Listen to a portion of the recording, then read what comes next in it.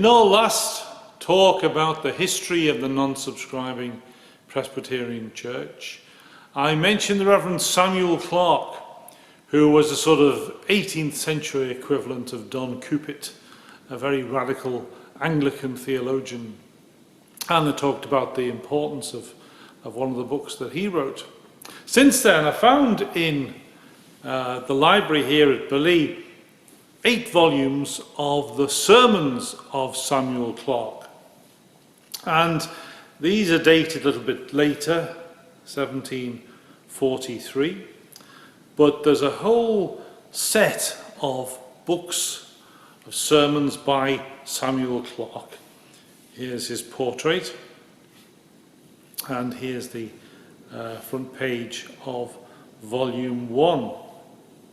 Now these books being here in the library don't actually prove that they were being read in the 18th century, because there's an interesting dedication in the front page of the first volume, which is from the Reverend David McGuinness and to the Reverend John Porter. Now, David McGuinness was born in Downpatrick, and I've spoken about him before, and I'll put a link at the end of this film to what I said about David McGuinness. Now, the Reverend John Porter was minister in Bally, but they represent the sort of radical side of things in the 19th century. But it's interesting, they were still looking at these books from the 18th century. And so it shows how one subscription controversy flowed into another. But let's look now at how the subscription controversy of the 1720s came to a conclusion, or at least came to a certain point. So let's continue our journey through our history.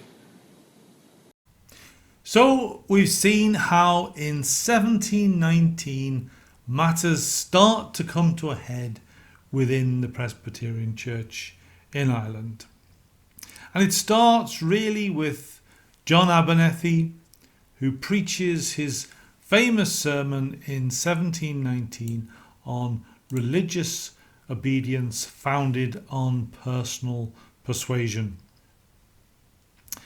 Now, he takes his stand on the sufficiency of Scripture, and with it the right of private judgment and the individual's responsibility to employ the God-given faculty of reason in their religious opinions. So he says, "For certainly what God requires is the obedience of men, that is, of intelligent creatures.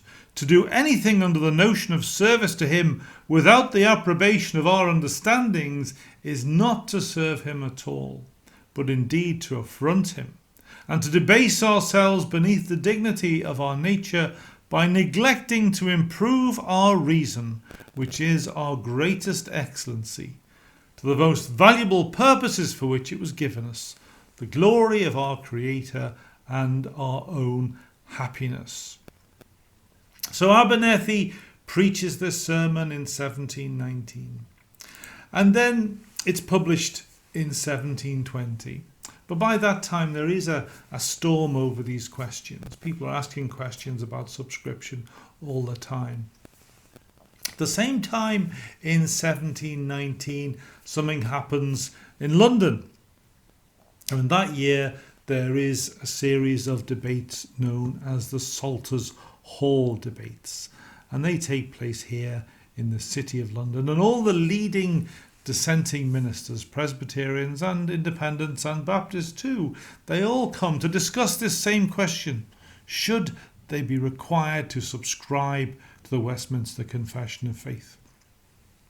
Now, it's quite a complicated debate, and there are lots of ramifications, and if you want to read about what happened at the Salters Hall debate, I will put a link in the description underneath this video, which you can go online and read a short description of the Salters Hall debates. The traditional conclusion of the Salters Hall debates is said to be the Bible carried it by 4. So basically they had a vote on whether they should be required to subscribe to the Westminster Confession, and those who opposed subscription and believed that the Bible was enough of itself, they won the vote. But that, in a way, that's another matter, but it's not unconnected to Ireland, because it was part of a Europe-wide pattern, and it was also directly linked to the situation in Belfast, because there were at least 2 Irish Presbyterian ministers present. And one of them was Samuel Haliday, who we've already encountered, a key figure. And the other was a man called the Reverend Samuel Dunlop. Now, mentioned before this idea of the heresy hunter, and I think Samuel Dunlop could well be described as a heresy hunter. Even those who might be thought to be sympathetic to him have to note that he was a rather impetuous and slightly excitable character. But they were both Haliday and Dunlop were present at Salters Hall, and one of the things that Samuel Dunlop did was watch Samuel Haliday very closely, and he thought he could detect heresy. He thought Haliday was an Arian. He certainly could tell that he was overly friendly with the non-subscribers, and he also thought that he was very suspect on the whole question of his attitude to church government. So Dunlop writes back to the General Synod with a whole list of complaints about Samuel Haliday. And Halliday says, well, I was there as an observer. I didn't vote. I didn't take part. He's accused of being an Arian, a non-subscriber, and opposed to all church government, which is a fairly drastic thing to be opposed to. But Halliday writes back to the Synod and denies all these allegations. And the Synod accepts his explanation. In fact, Halliday also sends, with his explanation, effectively character references from 8 of the leading London ministers, all acquitting Halliday of these charges. And this is typical of Samuel Halliday. He was someone who really moved in the highest social circles and was able to connect with people at all levels and able to really be on friendly terms with the most important people wherever he went. So all this is sent back to the Synod, and the Synod finds, they write, that he had sufficiently cleared his innocency and fully vindicated himself from the aspersions of Arianism. And for his part, the unfortunate Samuel Dunlop was rebuked for his rash and imprudent behaviour. So all this happens in 1719. And one of the reasons Dunlop is keeping a weather eye on Samuel Haliday is that he has been called to the first congregation in Belfast. And the following year he is to be installed as the minister of First Belfast. In the meantime, the Synod tries to get a handle on this subscription controversy. They try to put a lid on matters, and they pass, in June 1720, they pass what is called the Pacific Act. Now, this expresses their commitment to the Westminster Confession, but allows ministers to subscribe in their own words while expressing any scruples they might have about a particular phrase and leaving it up to the presbyteries to accept the explanations or not. So the Synod thinks they've done a good job in bringing a sort of conclusion to these debates, and they think they've done a better job than they did in England, where things are fairly chaotic. But things don't quieten down in the way they hope. And what propels this from being a merely sort of theoretical question to a very practical one is the installation of Samuel Haliday in 1720. So Haliday is called to be the minister of Belfast's first church, and he's eminently suited for the job. He's very well qualified, very experienced. As I mentioned, he is a truly European personality. He's been all across Europe.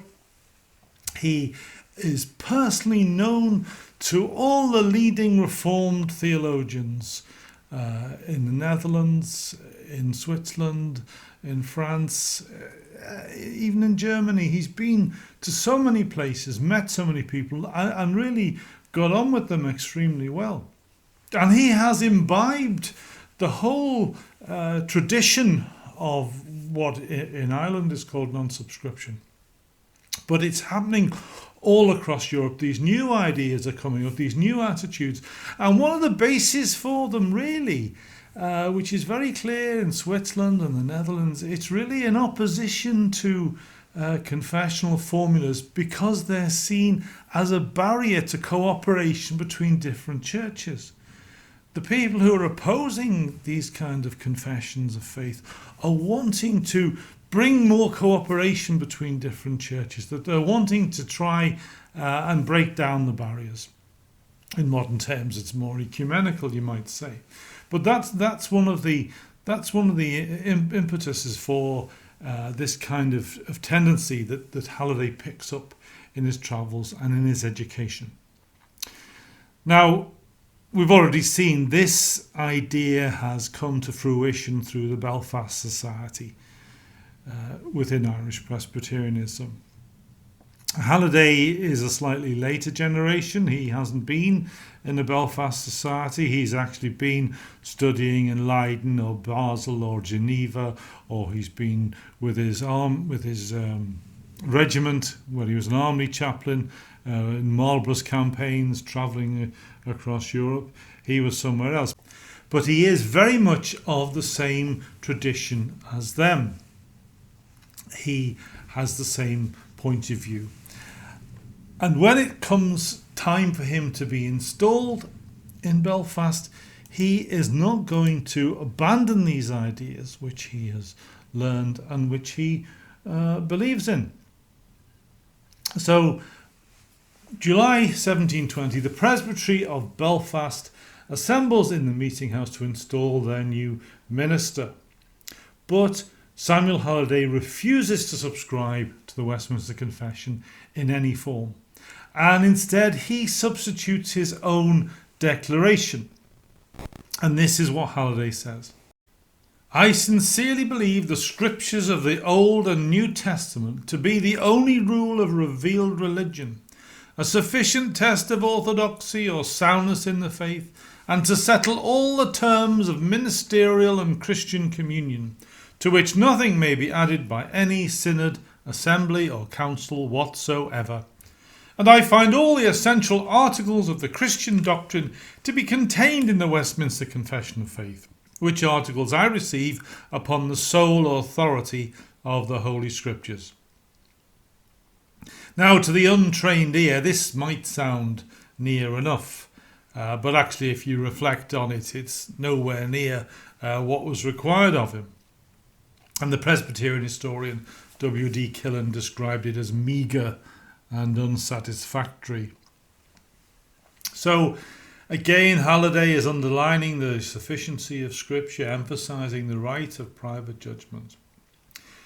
Now, at the installation, 4 members of the Presbytery objected, but under the direction of James Kirkpatrick, the installation went ahead. Now, the following year, at the Synod of June 1721, Samuel Haliday was again asked to give his assent to the Westminster Confession. Now, he had at one point early in his career signed the Westminster Confession, but the cumulative effect of everything he'd been through in the years after made him reject that position, and he was obviously, as we've seen, a fervent opponent of subscription. So when he was asked to give his assent again, this is what he told the Synod of 1721.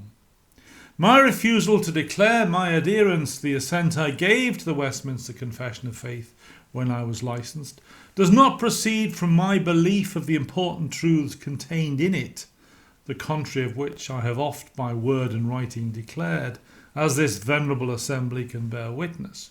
But my scruples are against the submitting to human tests of divine truths, especially in a great number of extra essential points, without the knowledge and belief of which men may be entitled to the favour of God and the hopes of eternal life, and according to the laws of the gospel to Christian and ministerial communion in the church, when imposed as a necessary term of such communion. Now, I've heard these words described as weasel words, but I think this is a totally unfair assessment of them and a misreading of the position he's coming from. As we've seen, this point of view is the product of serious theological reflection that's based on a more open view of the relationship between churches and of the right of the individual person, the individual Christian, to make these decisions for themselves. My scruples are against the submitting to human tests of divine truth. This is the position that Haliday has reached. It's the position of Abernethy and Kirkpatrick and all the rest of them. And now the Presbyterian Synod is thrown into a very serious position of conflict.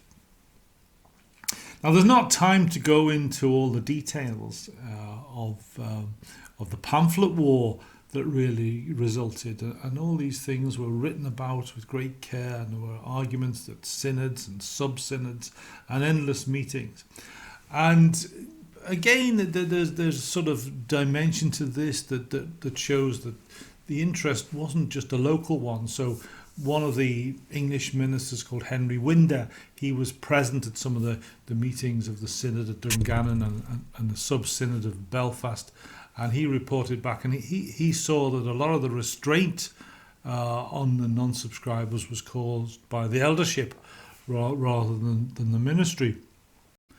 But in the subsequent pamphlet war, one of the most ardent opponents of the non-subscribers was in fact the minister of Dunmurry, not without some little irony given the future history of Dunmurry and its place in non-subscribing history. But at the time, the minister of Dunmurry was a man called John Malcolm, and he was one of the most effective opponents of the subscribers. He went to print to oppose Abernethy and the others, and in 1720 he published Personal Persuasion, No Foundation for Religious Obedience, a direct answer to Abernethy's sermon. And one of his arguments really was that the non-subscribers were undermining the authority of the Presbyterian church courts, and this, in a way, this goes to the nub of the argument. But it was John Malcolm who first used the term new light to describe the non-subscribers. He lamented, he said, a set of men, and I quote, a set of men by preaching and printing pretend to give new light to the world by putting personal persuasion in the room of church government and discipline.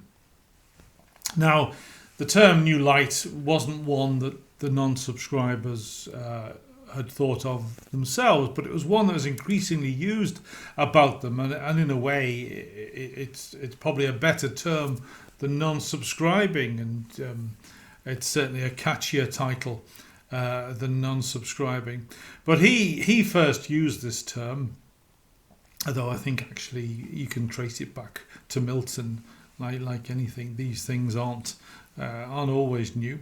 But he started to call the non-subscribers new light, and again he's talking about heresies being found, but he also makes a lot of his arguments about this challenge to government, to Presbyterian government, and he traces the origin of this kind of attitude to what we'll call the independent divines at the Westminster Assembly at the time when the Westminster Confession was drawn up. And this is a picture, which we've seen before, a Victorian imagining of what the Westminster Assembly looked like.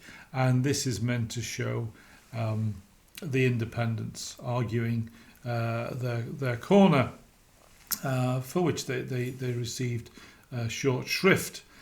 But part of his argument was this whole question was directly about authority, and that you had to accept the authority of the synod.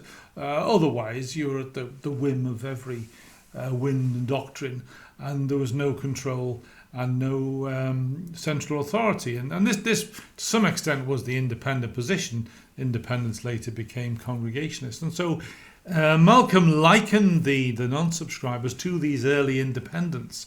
He thought they were developing out of this kind of strain of churchmanship. And this picture shows Philip Nye, who was one of the leaders of the independent group. It shows him making his point at the Westminster Assembly. And it's interesting that Malcolm should have picked up on the independents, these 17th century independents, as the precursors of the non-subscribers, because there was a sort of slight theological continuation between the two. Because one of the theological changes that was taking place in the background was from Calvinism to Arminianism. Now, Calvinism obviously is the doctrines of John Calvin. Arminianism relates to a Dutch theologian called Jacobus Arminius. And really, it moved in the words, they moved theology in the words of Alexander Gordon, from God's love of the elect to God's love of the world. So there's an opening up and broadening of theology, which may well have some continuity going back to the 17th century, but it's a very minor point really, but it may be there, and this is maybe something that John Malcolm picked up. But there isn't time to go into all of the different pamphlets and all the different arguments that were made. In the end, things came to a head in 1725. They put all the non-subscribing ministers and their congregations in the Presbytery of Antrim. Presbytery of Antrim was reconstituted as a place where all the non-subscribers had to go. But it wasn't simply a question of separating the recalcitrant group into a smaller body. There were nuances of attitude within the General Synod. So there was also a group called who were declared to be the moderate subscribers. So they believed in subscribing to the Westminster Confession, but they didn't believe in excluding the non-subscribers. And all the moderate subscribers were put in another presbytery, the Presbytery of Halliday. And this was interesting, or will prove itself to be interesting as time goes on. But at the time, both the Ballyclare congregation and the Clough congregation, for instance, they got put in the Presbytery of Halliday. But this was also a time of division. So even before 1725, in 1721, after Samuel Haliday was installed in First Belfast, a group from that congregation left to form Third Belfast. So at the time there were 3 Presbyterian congregations, all on Rosemary Street, all more or less next door to each other. And when it came to 1725, in some places there were splits, in some places there were no splits.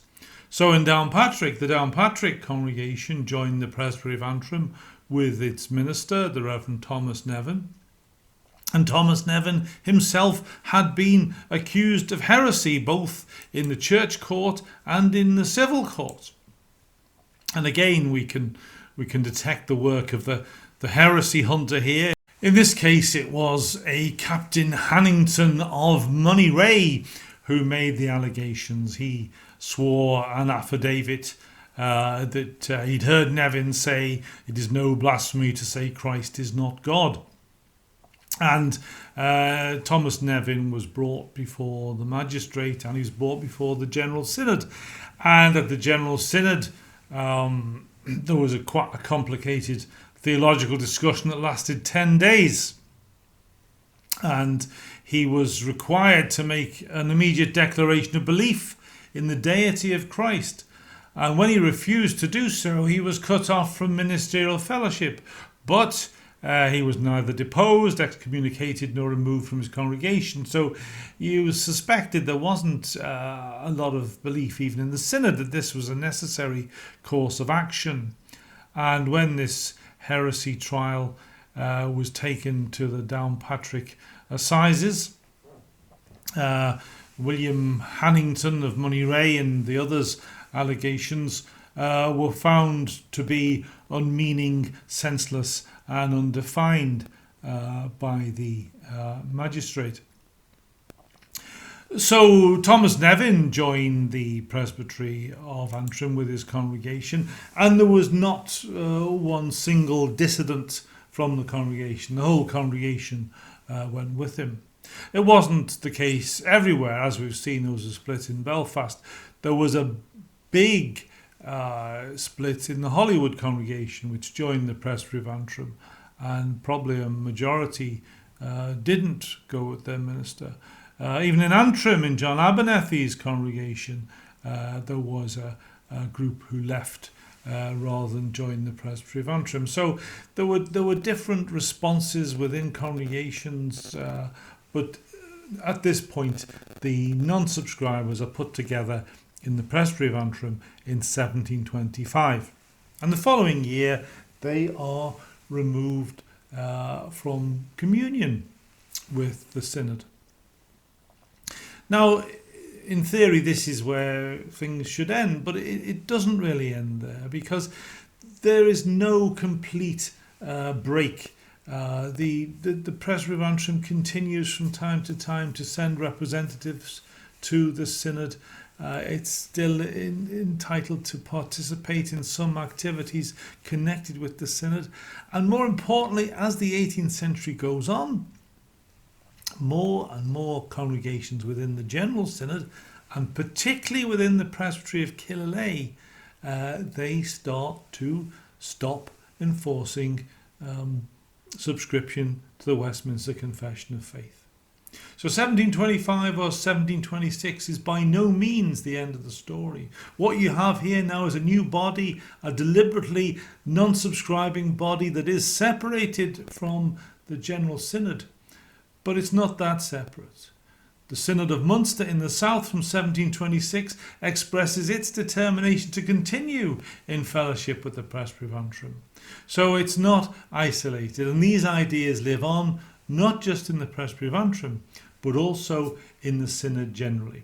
And as we'll see in future talks, these things become important again through the 18th century and then on into the 19th century.